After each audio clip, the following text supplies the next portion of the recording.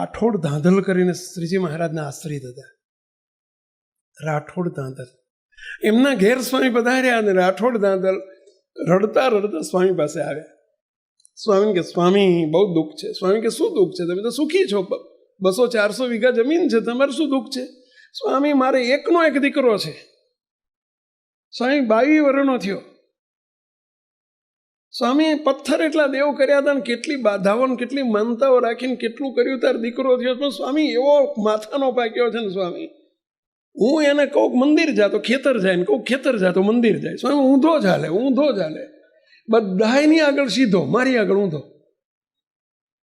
બોલો ગામમાં કોઈ ના કે ઊંધો હશે, બધાની આગળ સીધો છે. પણ સ્વામી મારે ને એને બે ને આમ પેલો 12મો ચંદરવા છે કે 12મો ચંદરવા એટલે સમજ્યા પેલા આમ બોલો પાડાખાર કહેવાય ને, શું કહેવાય એનું? બોલો સ્વામી મારી આગળ જ ઊંધો, કહું એમ કરે જ નહીં. સ્વામી કંઈ માને નહીં, એક વેણ મારું ના માને. સ્વામી ઊંધો ચાલે. સ્વામી હું કંટાળી ગયો છે, હવે જુવાન થયો, સ્વામી શું કરવું?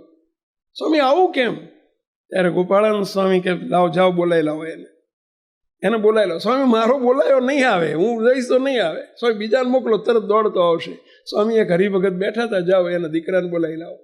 એટલે પેલાને બોલાવી લાયા. સ્વામીની સામે બેઠો પેલો આવીને દંડવત કરીને. એટલે સ્વામી તરત એની સામું જોઈ રહ્યા.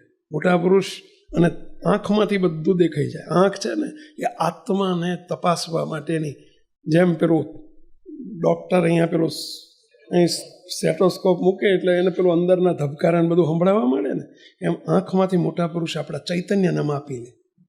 સમજ્યા? સ્વામી આમ એની આંખ હું 2 મિનિટ જોઈ રહ્યા. સ્વામી કે ઓહો હવે ખબર પડી. બોલે બડુહા રાઠોડ ધાંધલ કે શું ખબર પડી? સ્વામી મને કોણ ભાઈ સાહેબ ખબર પાડો ને.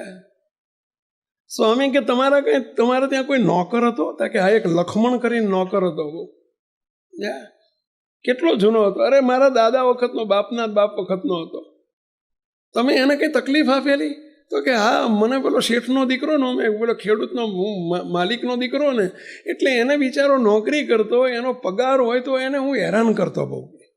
પગાર આપતી વખતે બહુ હેરાન કરો એને, લબડાઈને હેરાન કરીને પગાર આપું, આવું બહુ કરતો ગયો. બસ આ લખમણ તમારા ઘેર દીકરો થઈને આવ્યો છે. તમે આ સુધી બહુ એને હેરાન કર્યો છે, એટલે તમને અત્યારે હેરાન કરે છે. આ દીકરો આવ્યો છે તમારા ઘેર, દીકરો થઈને લખમણ આવ્યો છે. તો ખ્યાલ રાખજો, ઘણાના પરિવારમાં આવું બને છે કે બાપ દીકરા વચ્ચે, પતિ પત્ની વચ્ચે આમ હોય. તમે જુઓ ને તો હરખું હાલે જ નહીં.